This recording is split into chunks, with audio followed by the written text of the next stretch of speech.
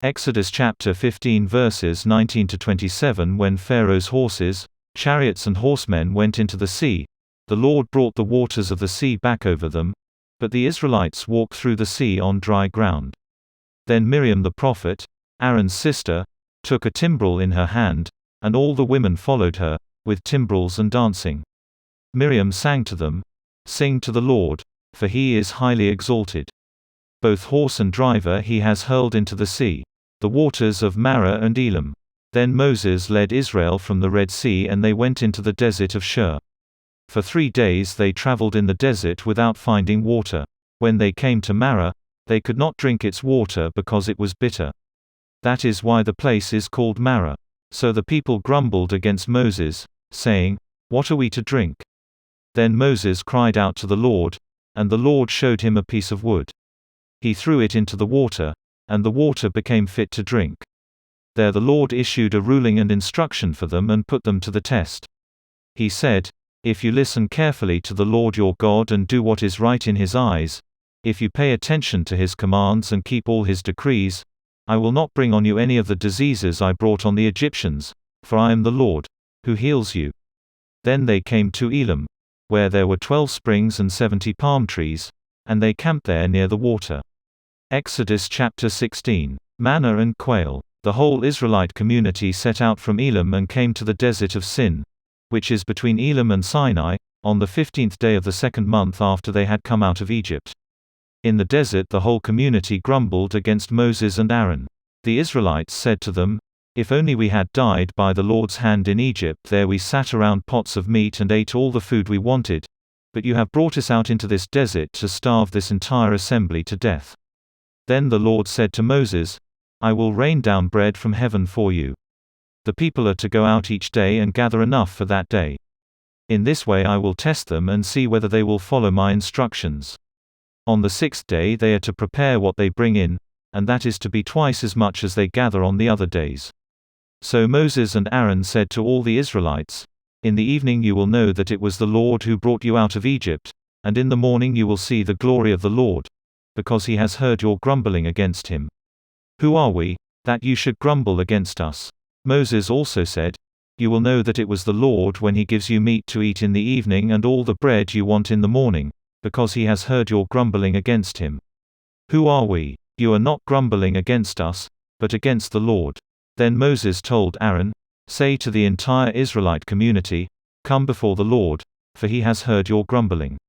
While Aaron was speaking to the whole Israelite community, they looked toward the desert, and there was the glory of the Lord appearing in the cloud. The Lord said to Moses, "I have heard the grumbling of the Israelites. Tell them, at twilight you will eat meat, and in the morning you will be filled with bread. Then you will know that I am the Lord your God." That evening quail came and covered the camp, and in the morning there was a layer of dew around the camp. When the dew was gone, thin flakes like frost on the ground appeared on the desert floor. When the Israelites saw it, they said to each other, "What is it?" For they did not know what it was. Moses said to them, "It is the bread the Lord has given you to eat. This is what the Lord has commanded. Everyone is to gather as much as they need. Take an omer for each person you have in your tent." The Israelites did as they were told. Some gathered much, some little. And when they measured it by the omer, the one who gathered much did not have too much, and the one who gathered little did not have too little. Everyone had gathered just as much as they needed. Then Moses said to them, "No one is to keep any of it until morning." However, some of them paid no attention to Moses. They kept part of it until morning, but it was full of maggots and began to smell. So Moses was angry with them. Each morning everyone gathered as much as they needed, and when the sun grew hot, it melted away. On the 6th day, they gathered twice as much, 2 omers for each person, and the leaders of the community came and reported this to Moses. He said to them, "This is what the Lord commanded. Tomorrow is to be a day of Sabbath rest, a holy Sabbath to the Lord. So bake what you want to bake and boil what you want to boil. Save whatever is left and keep it until morning." So they saved it until morning, as Moses commanded, and it did not stink or get maggots in it. "Eat it today," Moses said, "because today is a Sabbath to the Lord. You will not find any of it on the ground today." 6 days you are to gather it, but on the seventh day, the Sabbath, there will not be any. Nevertheless, some of the people went out on the seventh day to gather it, but they found none. Then the Lord said to Moses, "How long will you refuse to keep my commands and my instructions? Bear in mind that the Lord has given you the Sabbath. That is why on the sixth day he gives you bread for 2 days. Everyone is to stay where they are on the seventh day. No one is to go out." So the people rested on the seventh day. The people of Israel called the bread manna. It was white like coriander seed and tasted like wafers made with honey. Moses said, "This is what the Lord has commanded. Take an omer of manna and keep it for the generations to come, so they can see the bread I gave you to eat in the wilderness when I brought you out of Egypt." So Moses said to Aaron, "Take a jar and put an omer of manna in it.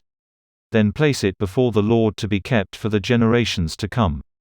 As the Lord commanded Moses, Aaron put the manna with the tablets of the covenant law, so that it might be preserved. The Israelites ate manna 40 years, until they came to a land that was settled. They ate manna until they reached the border of Canaan. An omer is 1/10 of an ephah. Exodus chapter 17 verses 1 to 7. Water from the rock. The whole Israelite community set out from the desert of Sin, traveling from place to place as the Lord commanded. They camped at Rephidim, but there was no water for the people to drink. So they quarreled with Moses and said, "Give us water to drink." Moses replied, "Why do you quarrel with me? Why do you put the Lord to the test?" But the people were thirsty for water there, and they grumbled against Moses. They said, "Why did you bring us up out of Egypt to make us and our children and livestock die of thirst?" Then Moses cried out to the Lord, "What am I to do with these people? They are almost ready to stone me." The Lord answered Moses, "Go out in front of the people.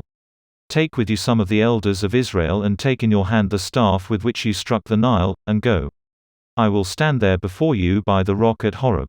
Strike the rock, and water will come out of it for the people to drink." So Moses did this in the sight of the elders of Israel. And he called the place Massah and Meribah because the Israelites quarreled and because they tested the Lord saying, "Is the Lord among us or not?" Matthew chapter 22 verses 1 to 33. The parable of the wedding banquet. Jesus spoke to them again in parables, saying, "The kingdom of heaven is like a king who prepared a wedding banquet for his son. He sent his servants to those who had been invited to the banquet to tell him to come, but they refused to come. Then he sent some more servants and said, 'Tell those who have been invited that I have prepared my dinner, my oxen and fattened cattle have been butchered, and everything is ready.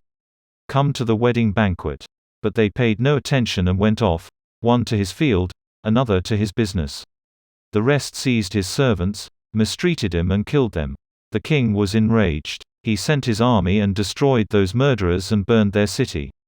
Then he said to his servants, 'The wedding banquet is ready, but those I invited did not deserve to come. So go to the street corners and invite to the banquet anyone you find.'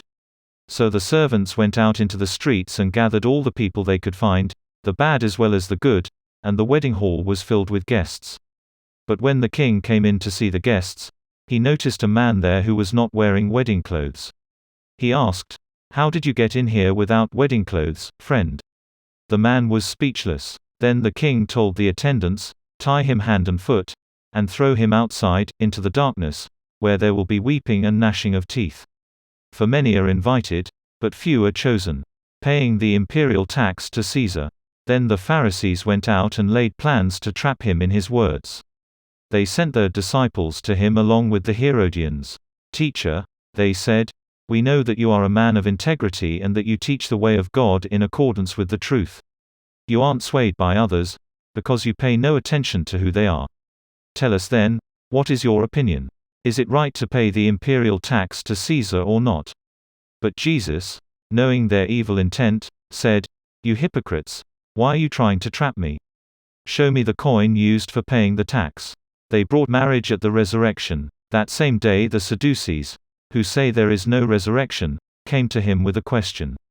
'Teacher,' they said, 'Moses told us that if a man dies without having children, his brother must marry the widow and raise up offspring for him. Now there were 7 brothers among us. The first one married and died, and since he had no children, he left his wife to his brother. The same thing happened to the second and third brother, right on down to the seventh. Finally, the woman died. Now then, at the resurrection, whose wife will she be of the seven, since all of them were married to her? Jesus replied, You are in error because you do not know the Scriptures or the power of God. At the resurrection people will neither marry nor be given in marriage. They will be like the angels in heaven. But about the resurrection of the dead, have you not read what God said to you? I am the God of Abraham, the God of Isaac, and the God of Jacob. He is not the God of the dead but of the living. When the crowds heard this, they were astonished at his teaching. Psalm chapter 27 verses 1-6. The Lord is my light and my salvation. Whom shall I fear? The Lord is the stronghold of my life. Of whom shall I be afraid? When the wicked advance against me to devour me, it is my enemies and my foes who will stumble and fall. Though an army besiege me, my heart will not fear. Though war break out against me, even then I will be confident. One thing I ask from the Lord, this only do I seek, that I may dwell in the house of the Lord all the days of my life, to gaze on the beauty of the Lord and to seek him in his temple. For in the day of trouble he will keep me safe in his dwelling. He will hide me in the shelter of his sacred tent and set me high upon a rock. Then my head will be exalted above the enemies who surround me. At his sacred tent I will sacrifice with shouts of joy. I will sing and make music to the Lord.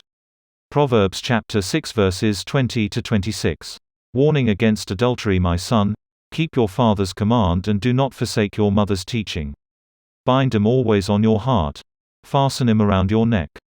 When you walk, they will guide you. When you sleep, they will watch over you. When you awake, they will speak to you. For this command is a lamp. This teaching is a light, and correction and instruction are the way to life, keeping you from your neighbor's wife, from the smooth talk of a wayward woman. Do not lust in your heart after her beauty or let her captivate you with her eyes.